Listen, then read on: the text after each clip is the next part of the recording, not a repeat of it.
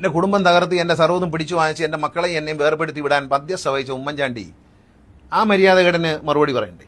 പറയണ്ടെന്ന് വിചാരിച്ച വായിൽ വിരലിട്ടാൽ കടിക്കാത്ത ആരുമില്ല. അത് ഓർത്താ നല്ലത്. വായിൽ വിരലിടരുത്. ഞാൻ പഴയ കഥകളൊക്കെ പറയും. എന്റെ കുടുംബം തകർത്ത് എന്റെ മക്കളെയും എന്നെയും വഴിയാധാരമാക്കി രണ്ടു വഴിക്കാക്കിയ ദുഷ്ടത്തരത്തിന് ഉമ്മൻചാണ്ടി മറുപടി പറയൂ. ഉമ്മൻചാണ്ടിയുടെ മകൻ മറുപടി പറയൂ.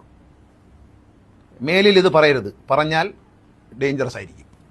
എനിക്കും പറയാനുണ്ട് ചെയ്ത ചതികളൊക്കെ. ആരെയാ ചതിച്ചതെന്ന് ജനങ്ങൾക്ക് മനസ്സിലാക്കും. ഞാൻ ഇത്ര നാൾ ഉണ്ടായിരുന്ന ആളാണ്. എന്നെ കൊണ്ട് പറയിക്കരുത്. അത് മാത്രമേ എനിക്ക് ചാണ്ടി ഉമ്മനോട് പറയാനുള്ളൂ. കള്ളം പറയുന്നതും കള്ളസാക്ഷി പറയുന്നതും. ഇലക്ഷൻ ആരെങ്കിലും സഹായിക്കാൻ വേണ്ടി ഒരു സ്ഥലത്ത് വന്നിറങ്ങിയിട്ട് ഇല്ലാത്ത കാര്യങ്ങൾ പറഞ്ഞുണ്ടാക്കി ജനങ്ങളൊക്കെ ഇത് കഴിഞ്ഞ പ്രാവശ്യം പറഞ്ഞില്ല. അന്ന് ചാണ്ടി ഉമ്മൻ രാഷ്ട്രീയത്തിലില്ല. ഞാൻ ഉമ്മൻചാണ്ടിയെ ചതിച്ചു എന്ന് ഉമ്മൻചാണ്ടി പറഞ്ഞിട്ടില്ലല്ലോ. ഉണ്ടോ? ഉമ്മൻചാണ്ടി പറഞ്ഞിട്ടുണ്ടോ ഞാൻ ഉമ്മൻചാണ്ടിയെ ചതിച്ചു? ഞാൻ എന്ത് ലയിക്കാനാണ് ഉമ്മൻചാണ്ടിയല്ലേ എന്നെ ചതിച്ചത്? ഞാൻ എന്ത് കുറ്റം ചെയ്തിട്ടാണ് എന്റെ മന്ത്രിസ്ഥാനം 2003 രാജിവെപ്പിച്ചത്? ഞാൻ ഏത് കുറ്റമാണ് ചെയ്തത്? എന്റെ പേരിൽ ഏത് കേസാണുള്ളത് ഈ നാട്ടിൽ? സത്യസന്ധമായി ഞാൻ ജീവിച്ചതാണോ? നെല്ലിയാമ്പേതെ പോലെ വനഭൂമി പതിച്ചു കൊടുക്കാൻ തയ്യാറാവാത്തതുകൊണ്ടാണോ ഞാൻ രാജിവെച്ചത്? ഒരു കുടുംബ വഴക്കിനെ മന്ത്രിയെ രാജിവെപ്പിച്ചേച്ച് തിരിച്ചെടുക്കാം എന്ന് പറഞ്ഞ് നടന്ന് പറ്റിച്ചിട്ട് എല്ലാം കഴിഞ്ഞതിന് ശേഷം അങ്ങനെ പറഞ്ഞാൽ കൊള്ളാമോ? അതൊന്നും പറയരുത്. ഉമ്മൻചാണ്ടി ജീവിച്ചിരുന്ന കാലത്ത് അദ്ദേഹം പറഞ്ഞില്ലല്ലോ ഞാൻ അദ്ദേഹത്തെ ചതിച്ചെന്നോ ദ്രോഹിച്ചെന്നോ ഒന്നും അദ്ദേഹം പറഞ്ഞില്ല. ആരോടെങ്കിലും പറഞ്ഞിട്ടുണ്ടോ? നിങ്ങളോട് ആരോടെങ്കിലും പറഞ്ഞിട്ടുണ്ടോ?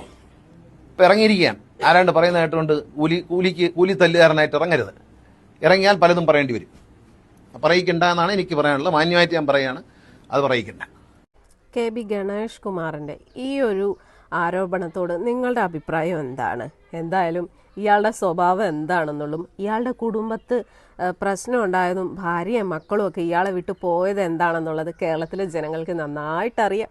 ഇയാളുടെ കയ്യിലിരിപ്പുകൊണ്ട് തന്നെ കണ്ട പെണ്ണുങ്ങളുമായിട്ടൊക്കെ അവിഹിതം കൂടുകയും അത് ഭാര്യ കണ്ടുപിടിക്കുകയും പിന്നെ അങ്ങനെ ഭയങ്കര പ്രശ്നമായി. അങ്ങനെയാണ് ഭാര്യയും മക്കളും ഇയാൾ ഉപേക്ഷിച്ച് പോയത്. അല്ലാതെ ഈ പറയുന്ന ഉമ്മൻചാണ്ടി എന്ന് പറയുന്ന ആ ഒരു മനുഷ്യൻ ഒരു രീതിയിലും ഇയാളുടെ കുടുംബം തകർക്കാനോ അല്ലെങ്കിൽ ഇയാളുടെ ഒന്നും തന്നെ ചെയ്തിട്ടില്ല. പക്ഷേ ഈ ഗണേഷ് കുമാർ വന്ന് പറയുന്നത് കേൾക്കുമ്പോൾ ഉണ്ടല്ലോ ലേശം ഉളുപ്പുണ്ടോ?